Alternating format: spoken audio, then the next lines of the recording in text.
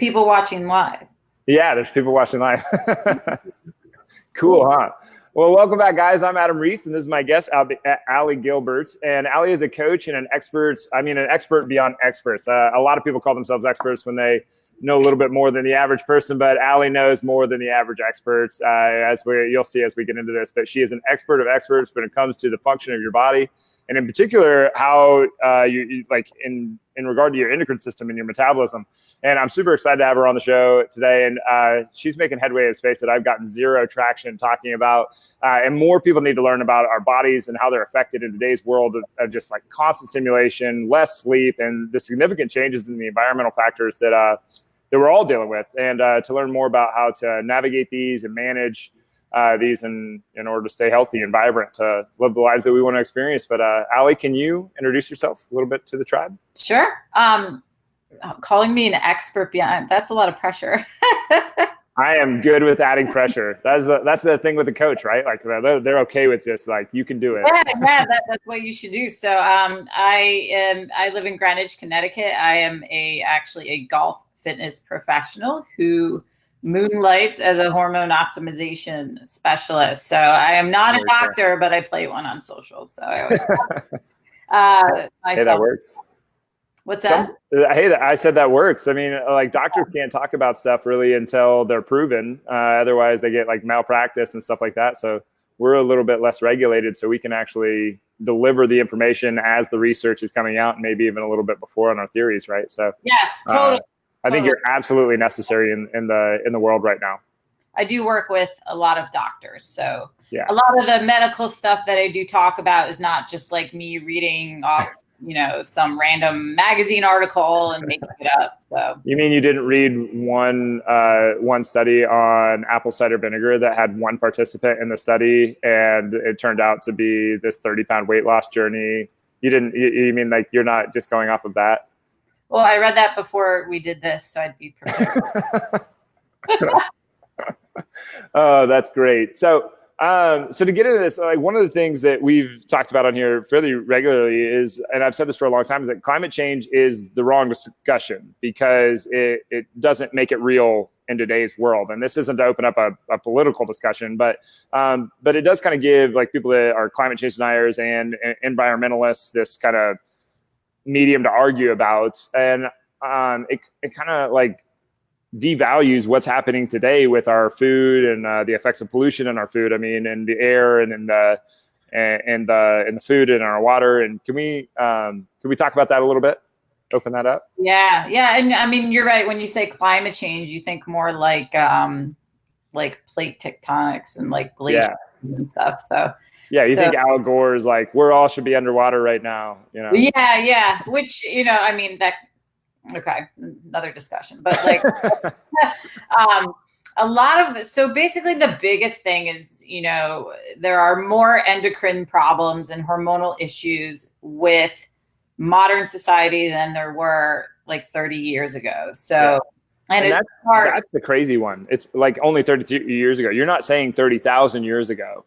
Like you're saying 30 years ago. I mean, like I was a little kid. Yeah. I mean, I'm 37, so, in my childhood is probably the last of the more optimal testosterone levels we would see in our dads and our grandfathers, and then, not so many crazy endocrine issues. And all the research from birth control is now it's 30 years, because that's how it gets transferred in medicine is 30 years later, we found out, the real things that happen. But, the environmental shift of the feminization of men, not from, the gender transitioning, that's an entirely different topic. Totally different topic. Yeah. So I'm talking, men because of the environmental aspects and the endocrine issues with estrogens in our water, in beauty products and all that stuff. Men are showing up with testosterone levels less than our fathers and grandfathers because of all of this. And, I was going on a tangent with that, but basically LabCorp, which is one of the main labs that does blood work, has lowered the median range for men's testosterone levels in 2017 because of the guys showing up with lower levels. So wait, like they changed the goalpost? Yeah, so the range, I mean, it's so arbitrary and huge, but it was around 350 to 1100, and then they lowered it to like 260 to 9 something. So kind of like when they changed the obesity from 20% for males and 30% for females to 30 and 40, where it is now. That was only like 10 years ago too, or when I was in college longer than 10 years ago. Never mind. I know. And it's quick like, math. I know. Oops. I still think like 90s hip hop was 10. Oh yeah. Yeah. When January 1st hit this year, we all realized it was 2019. We were talking about something from 1994 and I was like, hold up. We're all talking about this like it was 10 years ago. Like, guys, this was 25 years ago. Isn't that crazy? And all of our, like, it was like everybody's jaw hit the floor. It was like, holy shit, when did this happen? So actually, that's a great segue that you totally didn't plan, by the way, so you saw my talk at Perform Better. Yeah. So we literally 10 to 20 years ago lived more as humans are supposed to than we do now, where, in the TVs that we had in the 80s, we had to get up and change the channel. We had to like dial the rotary phone, roll down the window. So we had to Most people don't even know what that is, the rotary phone. I know. It's so funny. It's like lots of people don't know what that is. No, and I added a slide since Chicago. I was talking about Netflix and chill, and I was like, yeah, I used to do test and chill, and no one will know the torture of, a long movie. Oh, that's 2 video cassettes that you have to watch, and Be Kind to Rewind. And you had to rewind the first one first, otherwise you're doing a disservice to the other person. Yes. Or the days where you could like pick up the phone and listen to your sister's conversation, or it was a totally different time. Yeah, we didn't have a remote control until I was like well into high school. Yeah, and now we can sit at home and press buttons and have things brought. Yeah, like this is it. Like this is your TV now. Yeah. And that actually really hit home because the Chicago Summit, I forgot my laptop charger, and I was like, "Oh wow!" I didn't worry about it because I have my talk on a thumb drive, so we're taught to prepare. Thank you, Tom Plummer. Yeah. And I was like, all right, somebody will have a charger, or I can just get one somewhere. And I have a brand new Mac, so of course nobody has the new thing, that they change every year. So. We're like, all right, I'll go to Best Buy. Best Buy didn't even have it. And no. I started to get very angry because I'm like, there has to be some sort of app or something where I can be like, bring me a laptop charger. And it's like, we're spoiled now with like Prime Now and Amazon and like, Grubhub and all these things that can bring us stuff instantaneously. But I was like, how in the hell can I not get a laptop charger within a few hours? Like it was crazy. And in a huge metropolitan, like in a huge city. I mean, Chicago, not like it's a big city. I mean, you'd think. Yeah. And I was like, that's where it really hit that I was like, wow, like I'm getting way too used to the modern luxuries of not really having to move. I said, if somebody wants to, they could sit on their couch in diapers and just stay there for a while. Oh, never leave. Yeah, we're very quickly approaching the time when I was just saying this last night. We were this commercial came on, and it was like people it was like a boardroom sort of thing. And I was like, we're quickly approaching the time where in-person meetings are going to be done. It'll be like this. Yeah, I mean, everything will just be. The year 2046 is when men are predicted to be infertile. Yeah, I mean, isn't it? What is it? It's like 50%. Like males today have 50% or adult males today have 50% of the sperm count that their grandfathers would have had. Something around there. 10% less around. Yep, it's crazy. It's pretty wild. And what are some of the reasons for that? Like, what's the background on it? So the obesity is one of them. So. Sure. The more body fat you have, the more estrogen you're going to carry around. And then the more estrogen a man has in his body fat, the less testosterone he's going to have.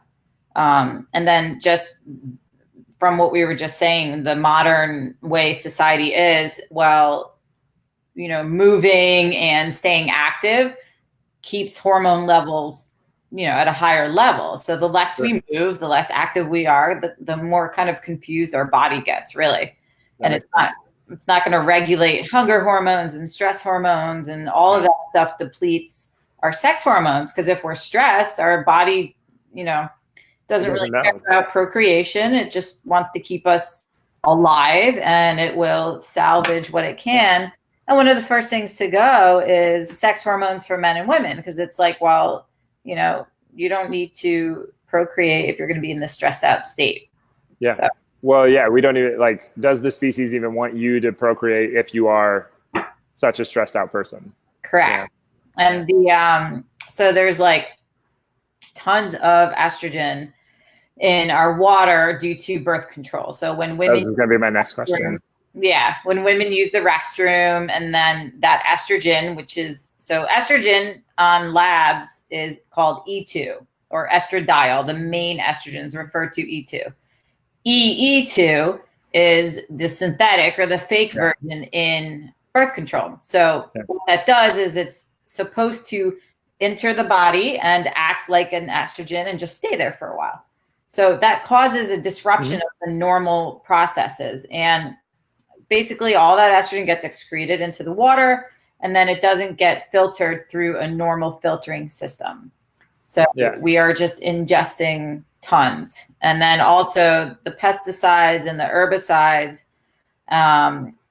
just reek of endocrine disruptors. And so now it's called EDCs, so endocrine disrupting chemicals. And those are, now it's more mainstream, the terms phthalates and parabens and, everything synthetic that are found in beauty products. There's now a bigger movement to use products that don't have those types of things in them. Beauty Counter is one of them. There's you can basically find it now at any drugstore, and CVS is making a move to pull all products that have those types of things on their shelves off the shelves. Oh, that's great.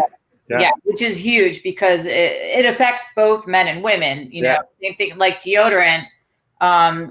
We found ourselves in CVS in Providence because we all forgot deodorant. It was me, Charlie, Rick Mayo, and Don.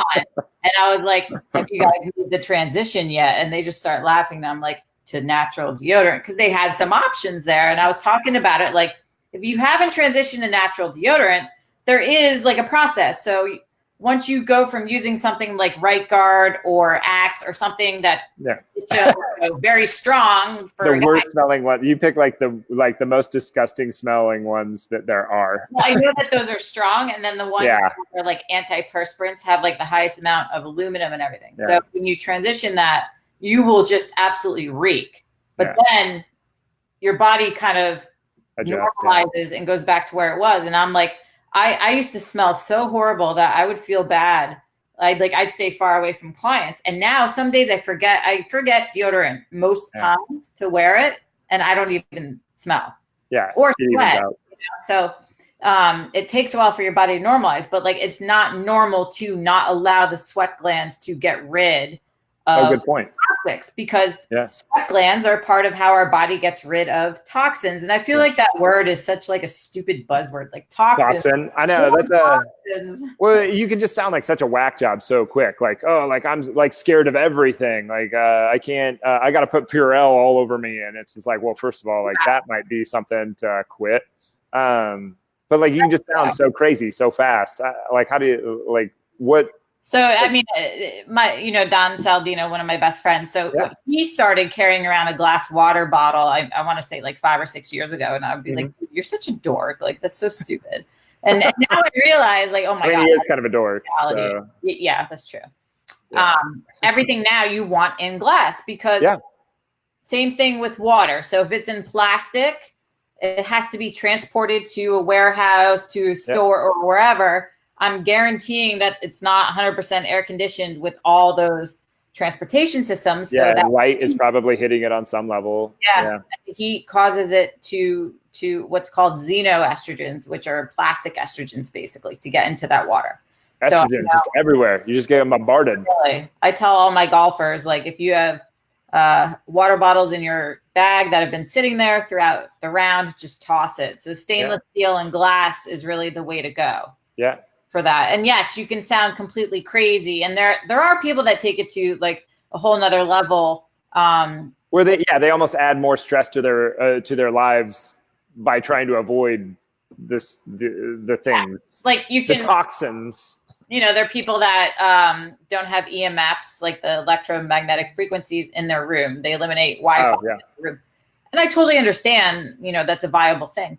Most people are not willing to go to that level. So I get asked like, all right, if there's big rocks, what would you say that is? And I would say, okay, use glass when you can, especially meal prep stuff, especially, with water. Filter your water. If you can get like a charcoal filter or a carbon filter, that will get rid of the estrogen. Okay. And then using safer that one down. soaps, shampoos, beauty products. Those I think would be like the top things to really focus on. Obviously, food quality is another one, but I'm gonna have to double down on my beauty products, and really, really up on those. I'm just kidding. I like literally lotion and deodorant and shampoo and everything for guys. Yeah. All the crap, it's the same. It's the same. If you had any idea how much I don't do in that department, you'd be like, what is wrong with you? Even better. Well, for all the metro guys here in New York area. So yeah, but no, it's wild how much people want to deny some of the stuff, but it's fantastic to know that CVS is doing that, because that's not credit to CVS. That's credit to the market, the people that are saying, hey, we want this. And so obviously people are going to be becoming health conscious enough that CVS recognizes that, which is fantastic. And all these makeup brands, cosmetic brands. Remember 10 years ago, you could find almond milk maybe at Whole Foods. That's really it.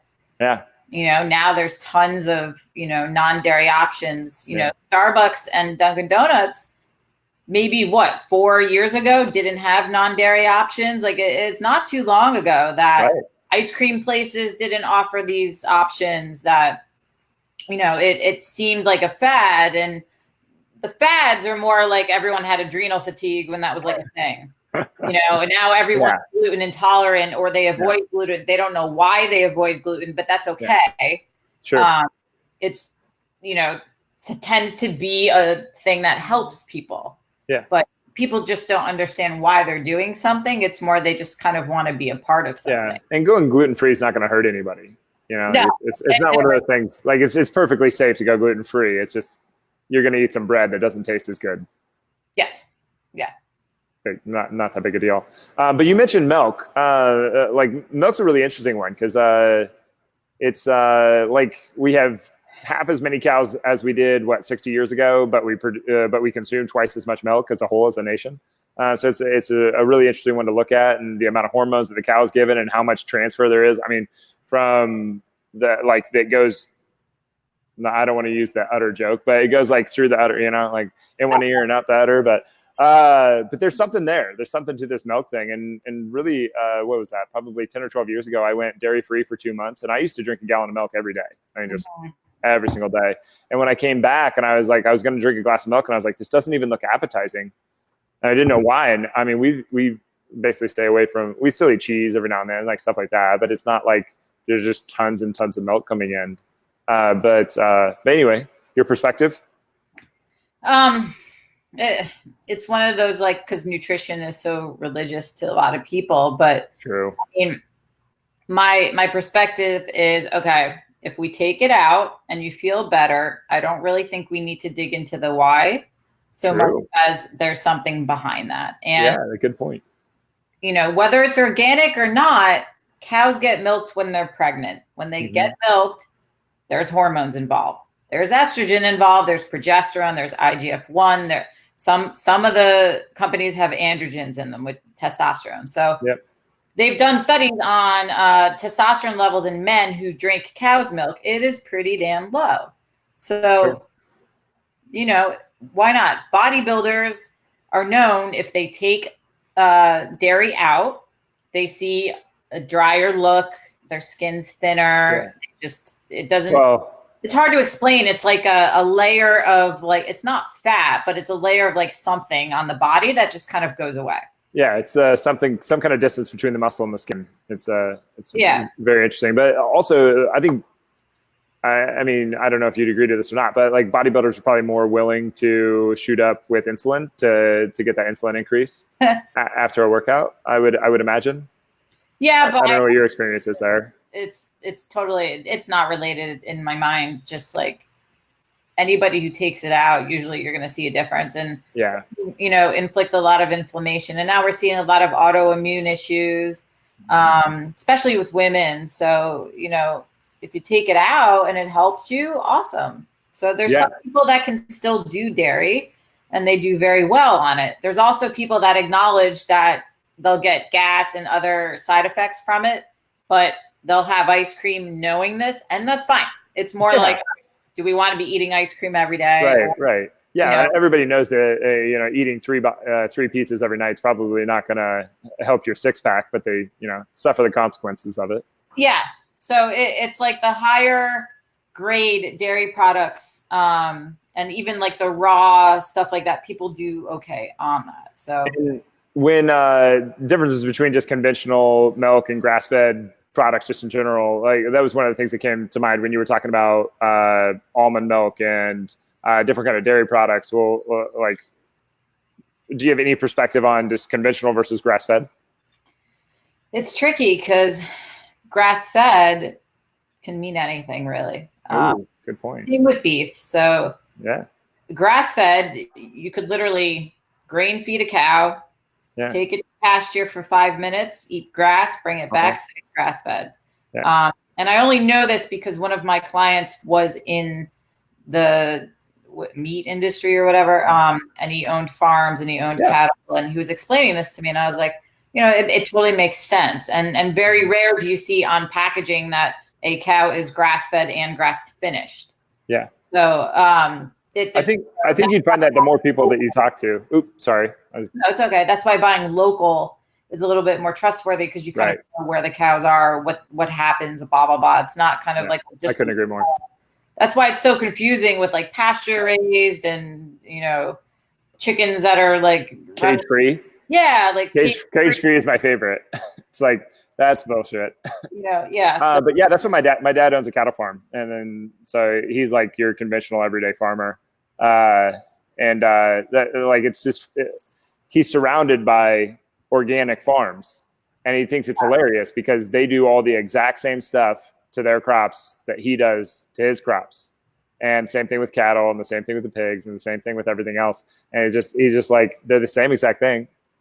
There's no difference. They spray and they do all the same stuff that I am. And if anything, they're using what is it? It's organic pesticides and organic herbicides. Like those could be potentially more harmful than just the non-organic ones. So a great, very interesting, phenomenal book, yet scary. You'll not want to leave. Is called Estrogeneration by Anthony J., who's a doctor and a researcher at the Mayo Clinic. And he's awesome. And I read this book, I think 2 or 3 years ago, and the people I've recommended it to have read it. And he really goes into the science behind where estrogen's hidden and how they manipulate studies to make it seem like soy is good for us and certain doses and all this stuff. And so he's the one that talks about like the birth control in the water, and then, you know, the levels of that. But he also talks about, you know, Roundup and atrazine, which is the biggest pesticide herbicide used in the US. The amount of atrazine and the estrogen found in atrazine and the atrazine that is in cows that eat crops sprayed with it is like crazy. And you're just like, like, and it, you know, it makes sense that people just want to go vegan. Like, I understand that, and that has its downfalls itself. But yeah, I mean, because you're still stuck in the same boat.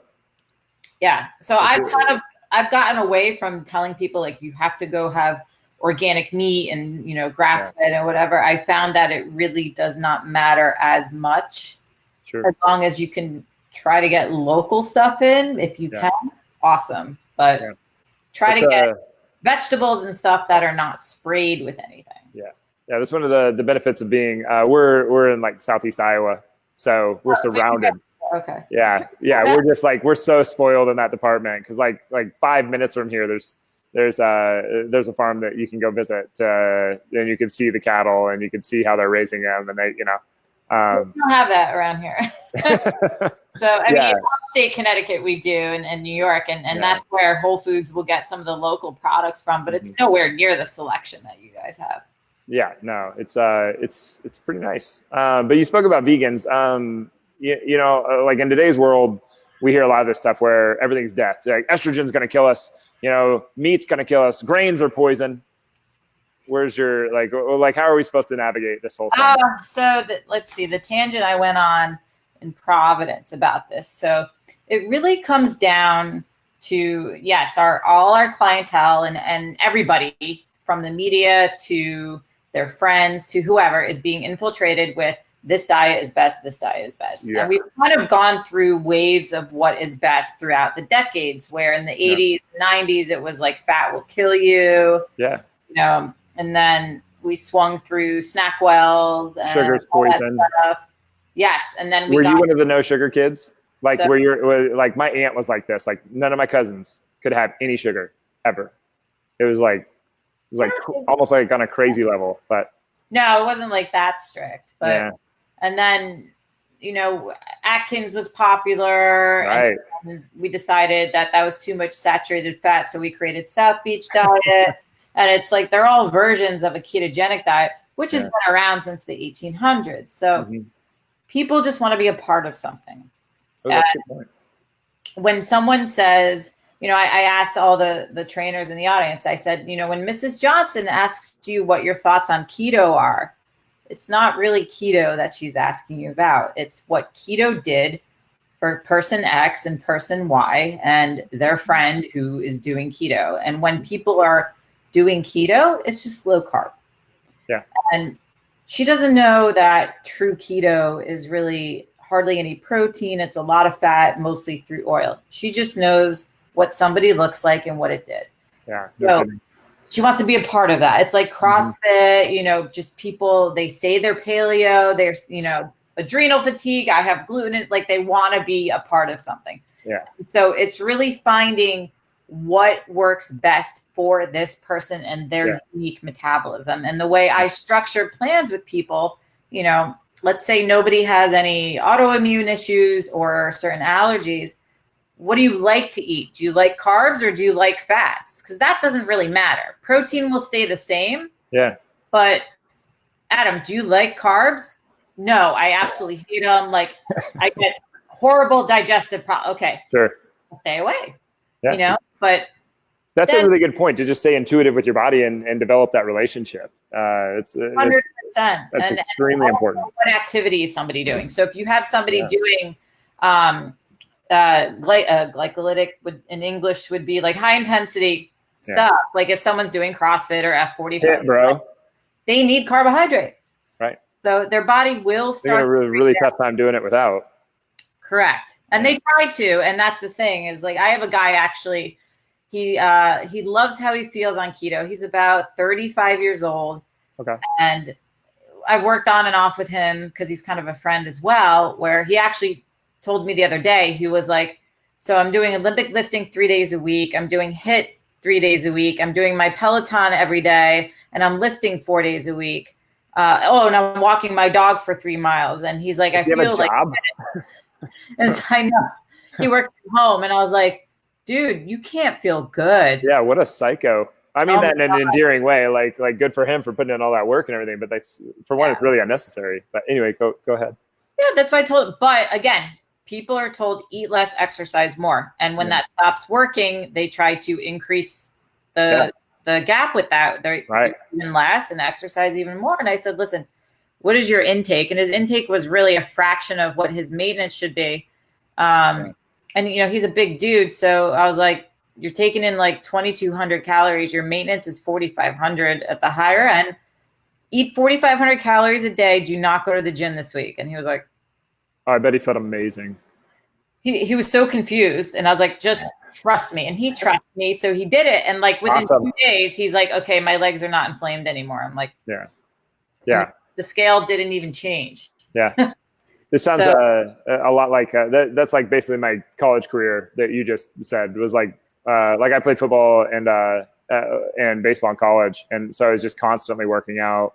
And I just always thought I was fat. I was like, I gotta get leaner so I can move faster. Yeah. So like I was 4.5% body fat, but I just never felt good. And I remember one night we all got really drunk. I mean, you're in college. Yeah. And I actually skipped one of the workouts that next day. And then the next day went to the workout, and I hadn't felt that good in probably like over a year. And it's all because I just slept, even though I had just put all these toxin again, but I just put poison in my body, right? I mean, like alcohol is not necessarily good for you, especially at that level that we were drinking. And I still felt better. It's pretty wild. It's amazing. And I know a lot of women listen to this, and, a big thing with women is that they will feel, they're eating very little and they're just not getting anywhere. And, a big term thrown around is starvation mode, and the starvation mode or metabolic compensation, stuff like that. But mainstream Gen Pop usually uses starvation mode, and they'll say, I'm eating 1,100, 1,200 calories, and they're training so hard. And people train a lot, and they'll kind of overdo the aerobics, and they'll stress themselves out over the fact that they haven't lost any weight, and the increase in stress hormones from stressing over that increases the water retention. So that's where a lot of the inflammation comes from. So if we can get women to realize that maybe your body has been in a deficit for way too long and you're just so stressed out, take some time off, bring your calories up, and you actually might end up looking better and feeling better. And the hardest conversation with a woman is to say, all right, I know you've come to me for fat loss. We need you to gain some weight before we can get you there, because your body has nowhere to go, and most of the time this is when they're at like 900 calories, and where are you going to go from there? Right. So your metabolism has adapted to a new normal. And the problem is, the reason why the stuff doesn't work anymore is because when you dieted and lost all that weight, you lost a lot of lean body mass. So when you lose lean body mass, your body will operate at a lower calorie level, and not everything will work as well. Yeah. So you got to gain weight. It will come off. And it's not like, we don't let people blow up 20 to 30 pounds, but, even I've had to do it, like put on 10 pounds. There's a reason why bodybuilders have an off season. You cannot live in a deficit. Yeah. And I had a girl email me the other day for a consult. She's like, I've been dieting for 3 years. I was like, that's wow. That's like brushing your teeth. It's like saying, I brush my teeth every day, twice a day, and my teeth aren't any whiter. It's like, that's a great analogy. You've been doing that for you've been doing that for 30 years. Your teeth aren't any whiter. Yeah, no kidding. Yeah. And like, it's funny because I was just telling a trainer today, I was like, I lecture about this all the time, and going through it personally is where I really gain the perspective. Yeah. So it's like putting ourselves in our client's shoes. Like if we go and take, I don't know, violin lessons, like something I have no interest in doing that I probably suck at, but learning a new skill, like for our wedding, I'm learning how to do hip hop. I love hip hop music. I've always wanted to learn how to dance hip hop. I feel really, really dumb when I take lessons, and he's trying to get me to do stuff that I'm like, okay, in my 20s when I was like in the clubs and drunk, yeah, I could do that, no problem. Now I'm like sober, and I'm just like, wait, what? I have to move like how, So that's awesome. You realize like it does suck, but it is a necessary thing. And the body is funny where, we see these people doing these 8-week transformations, 3-week transformations over and over and over and over and over again. Yeah, they just go one into the next without any downtime, and that's like probably the worst thing you can do. And it's to lose the same exact weight, where that's beyond a yo-yo. Play the long game. Look at it as a 12-month journey versus 12 weeks. Yep. 12 weeks is like the longer end of some of these challenges. Yeah, it really is. Be more successful. And you mentioned your journey through this. Like what's the process been? Like Ali as a teen, Ali in her 20s, now Ali in her 30s. There's bound to have been some changes along the way, or did you just you've always been health conscious? And Yeah, I mean, I was a 3-sport athlete in high school, and then I played soccer in college. And the weird thing is, so Greenwich, Connecticut is one of the wealthiest towns in the US. So we're right outside New York City. A lot of billionaires live here, blah, blah, blah. Cool. On paper, I look like one of those people. I went to all girls school, like, you know, but my mom was Snobby. single parent. Like, it totally was not that. So Sure. I was kind of like oblivious to partying and all that. I just kind of played sports. Yeah. And when I got to college, I went to Springfield College.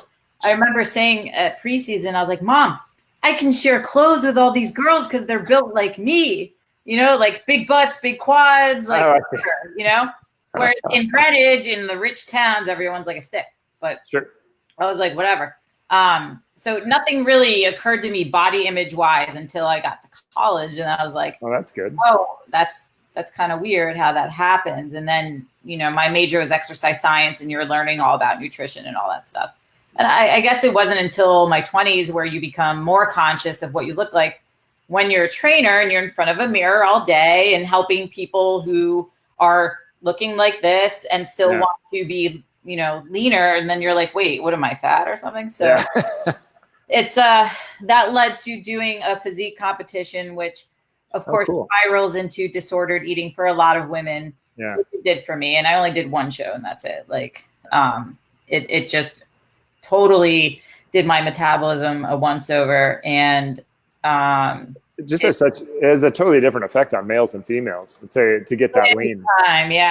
Big time. Like one of my bridesmaids, she competed IFBB for 11 years. She just retired. That's a long time. Yeah. And now the look they're looking for is a little different and everything. And she's just not willing to do the amount of drugs that it takes to get to that level. Yep. So she's like, I'm out. And she was like lost because she's like, I don't know how to eat. I don't even know what to eat because she was on a plan for like 11 years. Yeah, that's Felicia Romero was on this show a couple weeks ago, and that's extremely similar. She just was like doing this, like staying so low body fat for so long, and just was wreaking havoc on her system. And finally, like, I mean, her body basically just sat her down and just gave her the real deal. Like, she couldn't do it anymore. I crash dieted like in 2017. Like, it's like, I know what I was doing, but I thought, you know, well, I'm Fit Pro. I'm above everyone. I'll be fine. Right. My body never bounced back. And then I hired a coach last November, Luke Lehman, who's been amazing, but he said, Ali, you're the most stubborn, impatient person I've ever met. Sorry, second most. And I said, oh, really? Who's number one? And it was like some guy. So I was like, okay, so basically I'm like the most because you know, it's like this stress and this worry. And so they had me out. I came to him, I think, eating like 1,000 calories where I thought I was eating more. And they got me up to 2,200. I gained maybe, I don't know, 8 pounds or something. I was miserable and I felt huge, which on a 5'3" person, like 6 to 8 pounds is a lot. Most people don't even notice, but then finally he let me go into a deficit about a month ago. And that's how long I was in maintenance, since November up until about a month ago. And as soon as we went to a deficit, I dropped 6 pounds. Like that hadn't happened for 3 years, but you have to go through the suck to get your body ready and earn the right to diet again, because you can't diet year round. Yeah. Well, yeah. Trying to discipline yourself to anything forever is kind of like, I don't know, like you can make it into a habit and a lifestyle, but trying to like sit there and be like, I'm never going to have, I don't know, a cookie ever again. Like, well, bummer. Good luck. I mean, it sucks for you. That sounds like the suck, but and along with this, like where does, like, we've hit on it a few times here, like rest, relaxation, taking time off, laughing, sensory deprivation tanks, meditation. Like, how does this, like, where does this all fit into the scenario, and how much are we actually dealing with on a day-to-day basis where it's impeding this from happening? I know I just threw like 30 questions at you. No, it's okay. I'm used to it. So I would say the biggest thing is the fact that technology is kind of taken over and there's no off button. So, you know, we used to be so upset when there isn't Wi-Fi somewhere and it's angering. And now if there's no Wi-Fi, it's like, awesome. You know, I don't have to talk to anybody for a while. Or when was the last time you accidentally left your phone at home? I've learned to do that more. Like I'll go for a walk, not use it. Or like Charlie and I will go somewhere and I'll just be present with him and not, you know, we went to. Is that how you guys do it? Like if you go to dinner or something like that, you leave the phone in the car sort of thing? Yeah. That's how Rach and I do it too. It's just like, just leave it. I just want to be there with you. We went to a coffee shop a few weeks ago, which we like to do. We like to just go sit and hang out. I left my phone at home and I was like, this is so liberating, you know, because I don't have to like think, you know, oh, somebody might, you know, get to me or whatever. People don't know how to be bored anymore. So it's constant stress. It's constant sensory overload. So I would say doing like a digital, I hate the word detox, but like, you know, try to limit the amount that you have. Digital elimination, digital diet. Oh no. But you know what I'm saying is just trying to get yourself used to not looking at your phone as often, which you know, we've all learned to get better. And you know, we go to bed and we're like this scrolling going to bed, and then you know, you're like, oh man, look at what Mary just did. That fucking bitch. Oh my God. Oh shit. And then, sorry, there's a lot of swear words, but like, shit, bitch, all ass, those reactions increase stress hormones. Yeah. Those hormones are only supposed to rise in the morning when we wake up. At night, we're supposed to be calm. And we don't know how to go to sleep. So it's like dark room, cold room, no stimulating light. Use blue light glasses. I was gonna say, would it like light at the end of the day? Like one of the like I wouldn't call it rules, but guidelines that we have is that there's no phones there's no screens in the bedroom. Like to me, like your bedroom's for two things, you know, sleeping and sex. So exactly. I don't allow TV in our room. Yeah, no TVs, no iPads, no cell phones, no.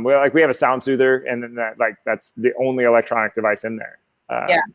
That's what I use, a white noise machine. Yeah, but like, can we expand on that? Just like, what are your thoughts around light, just in general? So I think the blue light glasses are one of the products that are not a fad and they're not gimmicky. Yeah. So, you know, as soon as I come home and as soon as Charlie comes home, we put the blue light blocking glasses on. So the best analogy for that is we go outside or on vacation on the beach in the sun, we wear sunglasses to protect ourselves. But when we're sitting at a computer like you and I are now, staring into a mini sun, why wouldn't we protect ourselves? You mean like these?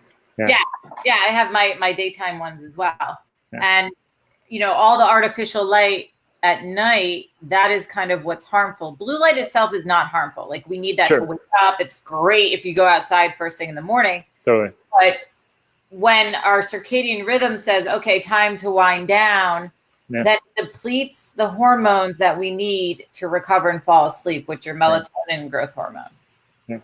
So the less that we can stimulate ourselves at night, the better. And that's why shift workers have a very hard time with body fat regulation. Get off of me. And all that. So that stupid fly won't leave me alone. But I think there has to be something to this. I mean, if we think back to before the light bulb was invented, you had candles that didn't put out that much light, and you kind of were stingy with those. And then before that, you know, maybe you had a campfire or something like that. So you were fairly in line. Artificial, really. What's that? That's not considered like artificial blue light. So it doesn't exactly. So it's just a different world that we live in. But like, how much sleep does somebody like? So setting yourself up to go to sleep is probably just as important as actually getting to sleep. But then, like, how much sleep are we actually talking about somebody needing, and how much rest or how much relaxation? Or most people need between 7 and 9 hours, and like I use a Oura ring. Oh, cool. It's a titanium ring that has like, I don't know if you can see, but it has like a little GPS device. So it tracks heart rate variability, it tracks sleep, and it tracks the quality. So do you like it? Because I was looking into all that. Like there's a bunch of them now. There's a lot of different ones, but I was looking into it. Do you like that one the best? Yeah, it is the most accurate. Because it's not a wrist wrap. But you know, people say like, oh yeah, I get 7 hours of sleep. You don't actually know when you fall asleep. Good point. You know, and people wake up in the middle of the night and they think that's normal. That's not normal. So it's getting the quality deep sleep where hormones are manufactured, which is really the most important. That sleep apnea is a big problem. Guys think they're sleeping fine. They're not going to. It's amazing how many people have sleep apnea too. It used to just be the really big people, right? Like, and now it's athletes, a lot of athletes. And I tell guys, I'm like, listen, you need to go get tested. And if they get tested and they're found to have mild or severe sleep apnea, and then they either get the estrogen mask, they look like an astronaut. What am I talking about? The C something. No, it's like a mouth guard. The position of the mouth at night, because sometimes their airway is just smaller when they're on their back. So a lot of guys do it when they're on their back. But you can be guaranteed, like if a guy snores, pretty much you have some form of sleep apnea. If you can correct that, you can increase your ability to tolerate carbohydrates, to manage your blood sugars, to increase your growth hormone output, increase your testosterone. I mean, the quickest way to tank your testosterone levels is to not sleep. Yeah, and to take them hard too. It doesn't take much. No, it's too basic, it's too boring. You can't sell it. True. Good point. Yeah, it's you can't scare people hard enough. Either they have to see it on paper in lab work, or they realize it when they make the change, and it makes them feel better. It's kind of amazing. Like I started playing around with the number of sleep, like not just the number of hours, the total number of hours, but like when I was going to sleep. So 11:30 to 7:30 a.m. or 10:30 to 6:30 a.m. or and for a long time I was doing like 11 to 5 a.m. or 11 to 4 a.m. And that's all I would get. And I was like, no, I'm the early bird gets the worm, and and I'm working till 10 p.m. and I'm going hard. And anyway, I ended up I do this like, all right, I'm going to burn an extra 3 hours. Or an extra 2 hours, I guess it would be. No, that'd be 3. And get 3 hours extra of sleep and see how it goes.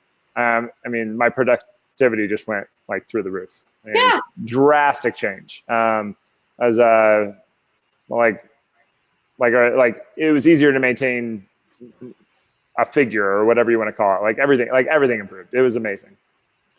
It really is.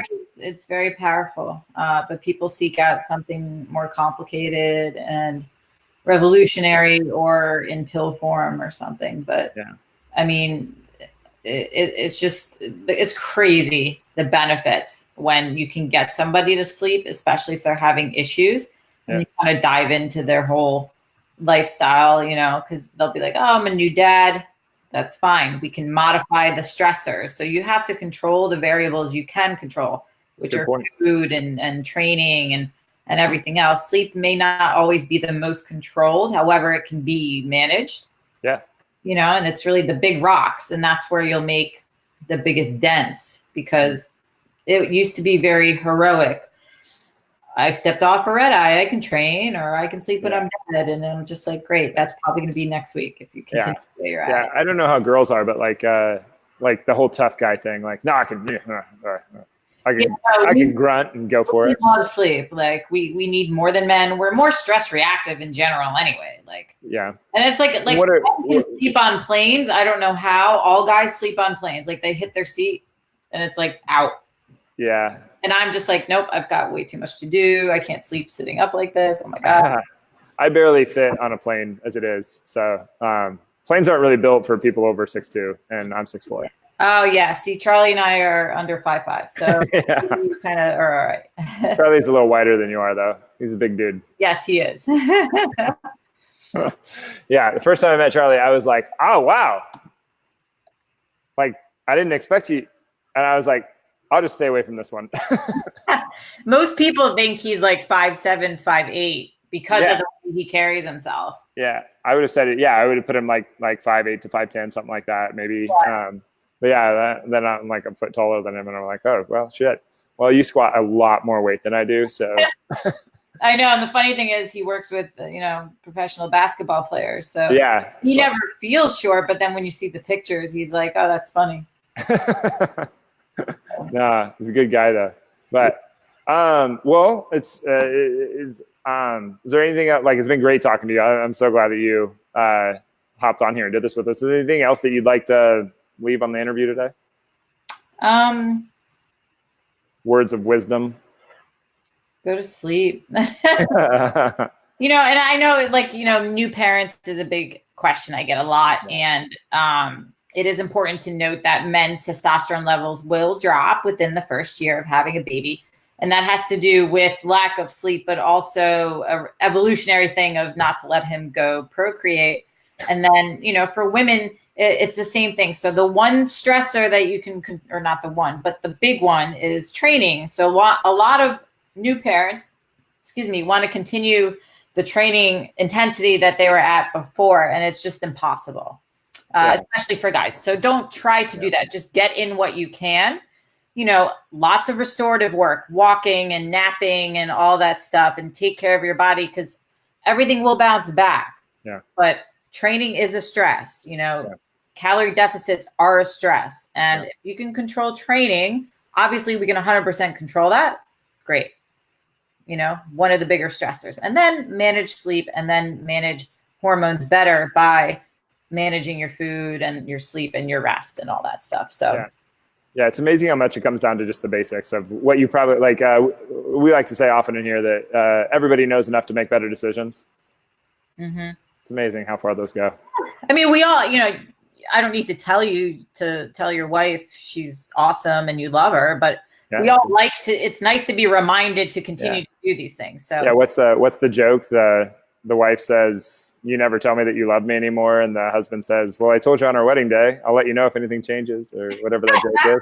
That's very man. Yeah, exactly. It doesn't work that way. But no. So even with our clients, I mean, everyone knows they need to eat better and they need to, you know, exercise more intelligently and everything, but it's like, it's the structure. Hey, it's why I have a coach, because it's like, I don't want to think about this stuff for me.